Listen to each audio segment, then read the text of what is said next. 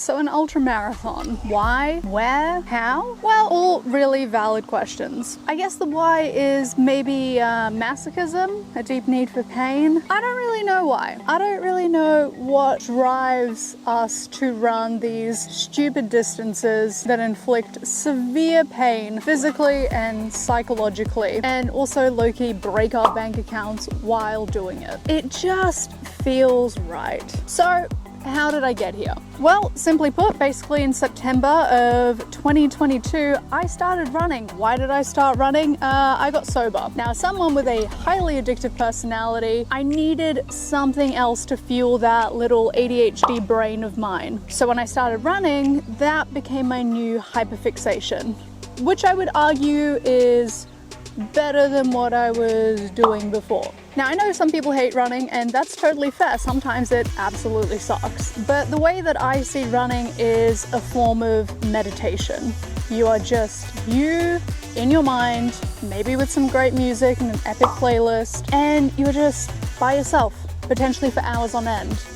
And if you start trail running, which I highly recommend, you're out in nature. I think that it's no surprise that people always say that they feel rejuvenated and better when they've been out in nature for a while.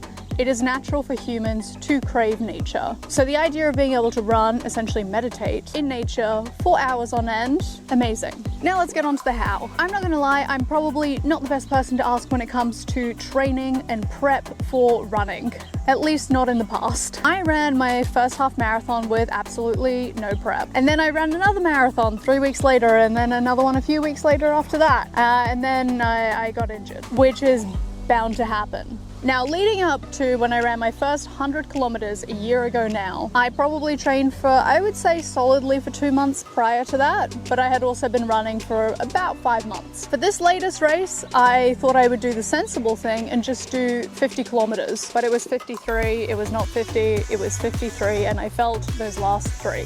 Now, I'm gonna be completely honest with you and say that essentially I probably trained for this upcoming race for a solid 2 weeks, if that. But when I ran it, I was like, damn, I was a lot fitter last year, and I'm excited to get back to that place. So let's go from the beginning. We had to fly into New Zealand for this beautiful race. This particular race that we were doing is put on by UTMB, and it is called the Tarawera Ultra Trail Marathon.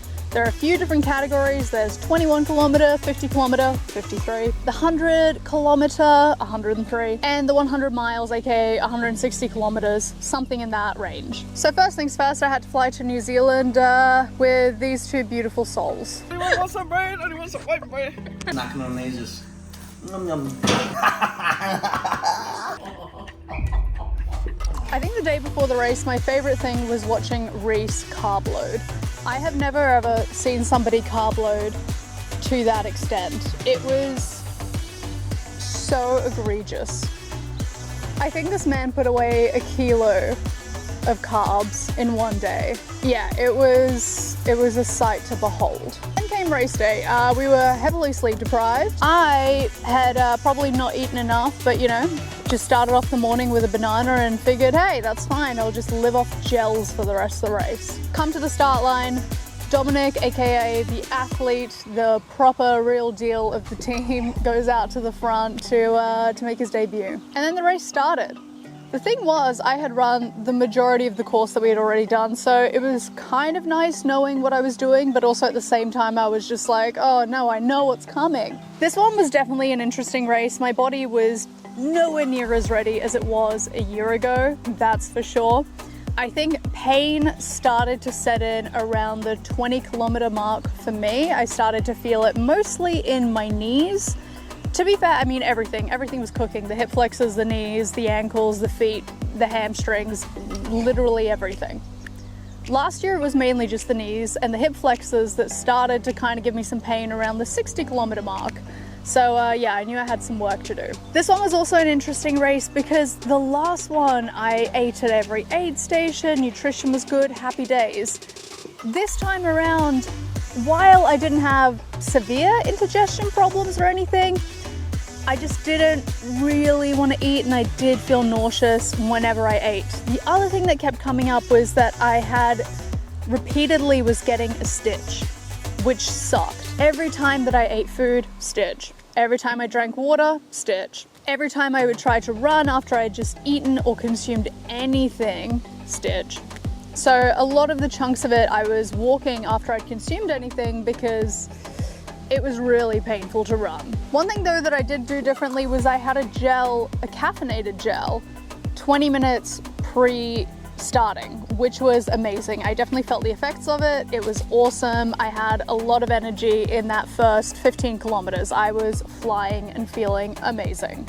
Then I think it was around the 35 kilometer mark that I was like, damn, my knees are gone. They are cooked, they are shredded, they are tired. Now what I did in the last race at 75 kilometers was I taped my knees, and well, I didn't tape them, a medic taped them for me, and he did a great job. I attempted to recreate that. It didn't really work, so yeah, my knees hurt a lot. And the thing about the last part of the course was that there was just a very aggressive incline, which honestly wasn't that terrible. However, when there's a really aggressive incline, there's usually a pretty aggressive decline. It hurt so bad. Like, it hurt so bad. My knees were cooked. And coming down on that section, there was a bunch of gravel and rock, and I was like, this is not fun. And I'm not super stable on my feet right now, I'm gonna be totally honest with you. After I hit the last aid station, which was at 46, so I had just under 7 kilometers to go, I rolled my ankle. So that last little bit, I was just like, you know what, I'm gonna make, I think, potentially 6 hours, maybe even sub.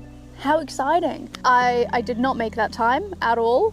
I rolled my ankle and it was just a little hobble from there. I attempted to run in parts because it was flat, thank goodness, but it was just not a pleasant end part of the track, if I'm totally honest with you. For one, it was really hot. It was getting to the middle of the day, super toasty. That last section had absolutely no coverage, no tree coverage, nothing. You're exposed to the elements fully. It was also just quite a bit of road, a lot of gravel, and then of course, because we're getting close to the finish line in Rotorua, the sulfur came.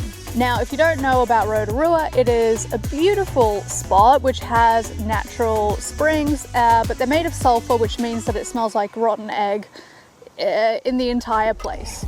So you can quite literally smell the finish line. There I am, walking through gravel and dirt with a busted ankle, just breathing in those sulfury fumes. It was hot.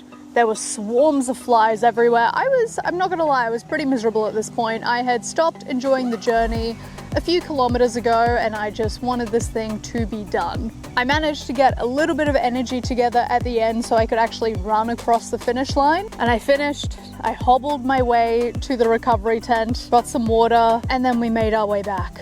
And it was done. The next day we also had the brilliant idea of visiting a waterfall. I think there were over 1,500 steps to and from the waterfall, so going up and down. Funnily enough, going up was actually kind of okay. It was tiring, but it was okay. Going down, this like right side of my knee just gone. So painful.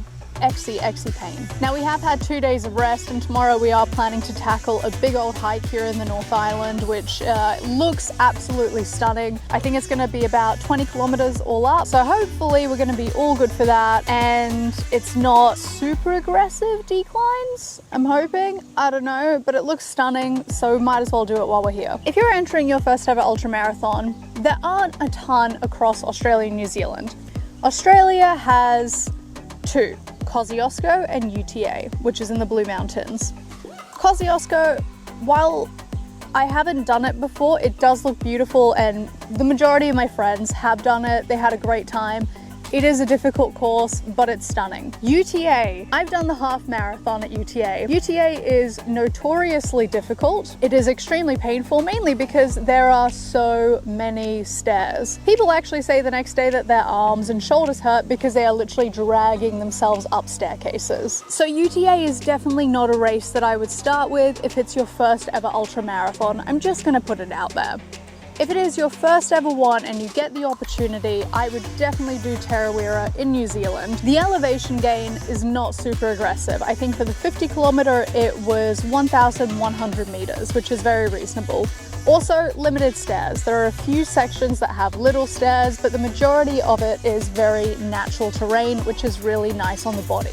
Also, the course is beautiful, and for the vast majority of it, you are undercover, you're in the shade of trees, and it's just a lovely course. And also, it's a great excuse to be in one of the most beautiful places on earth. Straight after this, I'm going to South Island. I figured this was just a good excuse to get out here. Now, over the next few weeks, I am going to be doing a lot of different multi-day trail hikes through New Zealand, which I will be posting. And I'm also going to be attempting to do 7 marathons in 7 days. So stay tuned for that and see how I hold up. But if you're thinking about entering an ultra marathon, go do it, and do it on trail. Just, it's the best feeling ever.